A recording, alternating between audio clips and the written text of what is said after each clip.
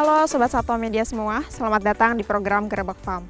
Saya Sapna Balkis Budiman, senang bisa kembali menyapa Sobat semua dari Pangkalan Bun, Kalimantan Tengah.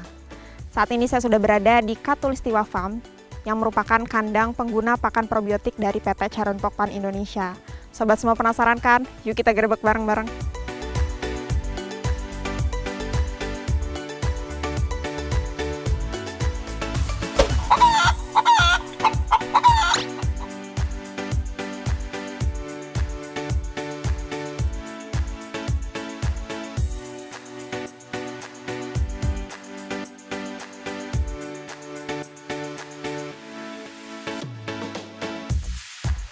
Halo Ko Jeffrey, selamat pagi. Saya Sapna dari program Gerebek Farm.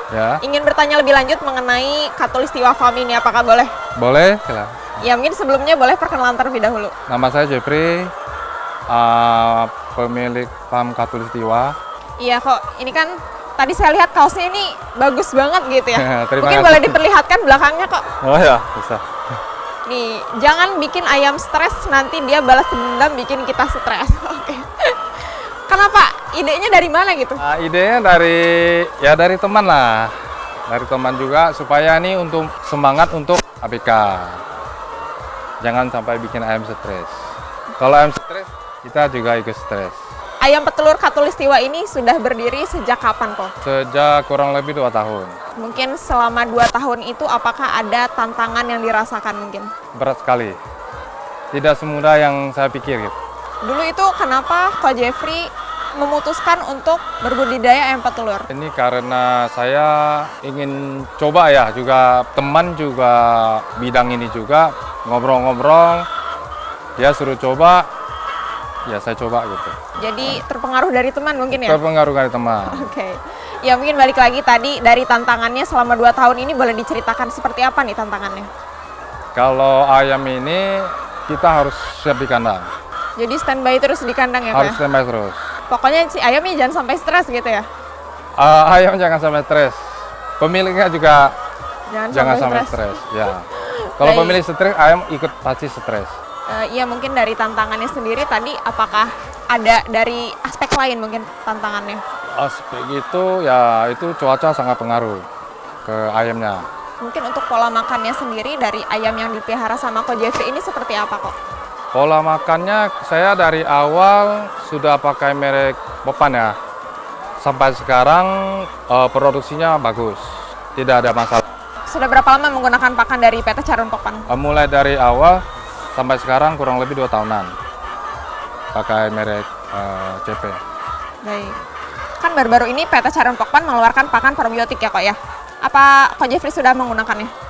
Ya, kurang lebih 2 bulanan saya pakai probiotik ya. Mungkin selama 2 bulan tersebut, apakah ada dampak yang dirasakan sama Ko Jeffrey? Dampak yang dirasakan itu kotorannya kering ya. Kotorannya kering, terus cangkang ayamnya juga agak tebal. Tadi juga saya lihat di depan itu ada kotoran yang sedang dijemur ya kok ya? Ya.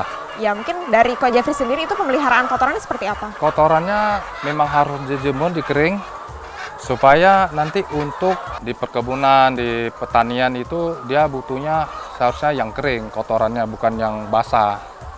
Kalau sebelum pakai probiotik itu dia kan kotorannya agak becek, memangnya menceritnya. Tapi sekarang ini sudah ya bisa katakan sisa 5% lah. Sebab ban masih baru, kita baru pakai 2 bulanan aja probiotik. Ya mudah-mudahan kedepannya lebih bagus lagi lah. Jadi Ko Jeffrey ini apakah suka dengan pakan probiotik dan akan merekomendasikannya kepada peternak-peternak lain? Oh ya, memang harus pakai probiotik, sangat membantu masalah dengan kotorannya. Kalau kotorannya basah, otomatis baunya kan sangat nyengat, amonia kan tinggi. Jadi sangat mengganggu ayam. Saya lihat di sini juga cukup minim dengan lalat ya kok ya? Apakah itu jadi salah satu dampak dengan penggunaan pakan probiotik? Oh ya, jelas sekali. Kalau kotorannya itu kering, otomatis lalatnya berkurang karena belatungnya kan tidak ada. Asal-usulnya lalat itu kan dari belatung. Iya, jadi mungkin ayamnya jadi jauh lebih sehat mungkin ya? Jauh lebih sehat, ya. Ya, apabila kita bicara soal tantangan kok. Tadi kan Ko Jeffrey sampaikan bahwa tertarik ke bisnis unggas ini karena melihat teman-temannya begitu ya? Ya. Iya, tapi kan Ko Jeffrey ini tidak ada background perunggasan sama sekali ya kok ya? Betul. Iya, mungkin dari tantangan permodalan itu seperti apa kok? Modalnya memang cukup besar, apalagi ayam ini makhluk hidup ya. Tidak semudah yang kita pikir gitulah. Mungkin saya ada berapa usaha juga sangat beda, ini harus lebih ekstra. Kalau hanya ikut-ikutan saya rasa berat ya. Ya bisa dikatakan saya belajar dari pengalaman. Sebab saya kan sama sekali tidak mengerti tentang ayam ini, dari ibaratnya nggak ngerti apa-apa, ibarat buta lah. Baik, tapi nggak menyesalkan kok berbudidaya ayam unggas ini? Awal-awalnya berjalan setengah, menyesal tidak, tapi hampir kendor. Saya dapat telepon dari teman menasihati, bantu saya, jadi saya berani coba lagi. Memang makanya kita harus ya rajin lah. Ya mungkin ada yang ingin disampaikan untuk peternak-peternak di luar sana yang belum menggunakan pakan probiotik kok. Ya saran saya, kita punya sudah terbukti kotorannya memang kering pakai probiotik. Saya rasa nggak ada salahnya kalau teman-teman yang lainnya bisa coba juga yang probiotik. Terus sangat membantu pihak CP Pokpan, tim selalu membantu kami kerjasama mengawasi ayam kita supaya nggak rawan penyakit. Itu sangat membantu. Ya kok mungkin terakhir untuk harapan kedepannya industri perunggasan di Indonesia seperti apa? Kami ini sebagai peternak berharap kedepannya harga telur stabil lah. Intinya gitulah. Iya Ko Jeffrey, dengan cukup banyaknya ayam nih yang sekarang Ko Jeffrey budidaya, apakah kedepannya akan berkembang harapannya atau udah stop sampai di sini saja kok? Tidak, saya mungkin lanjut lagi. Untuk pemasaran telurnya sendiri bagaimana kok Jeff? Kalau pemasaran telurnya saya serahkan ke istri saya. Karena saya kan lebih fokusnya saya di lapangan, di kandang lah istilahnya gitu. Oke, mungkin apa saya boleh bertemu sama istrinya Ko Jeffrey? Boleh, silakan boleh. Oke, terima kasih ya Ko Terima ya. kasih.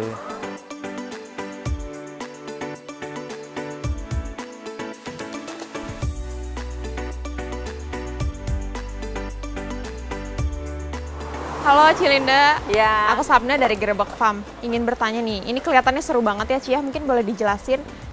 ini mesin untuk sortir telur ya, Iya. untuk membedakan ukurannya. Jadi telur yang dimasukin itu nanti di-grading sama mesin ini. Ya, Oke, terus sama cinya dipisah-pisah sesuai ya dengan sesuai dengan ukurannya.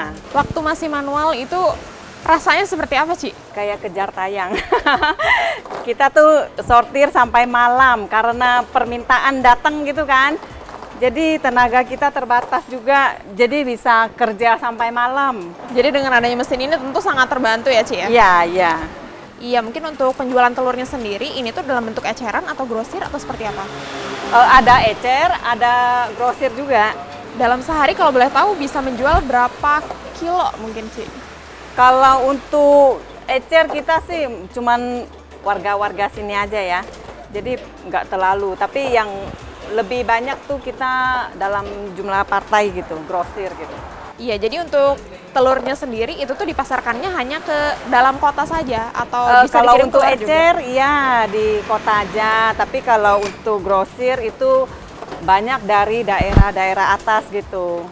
Bisa Kebun, bisa Karbal, daerah Karbal gitu. Banyak sih, cuma nggak kita satu-satu nanya dari mana ya.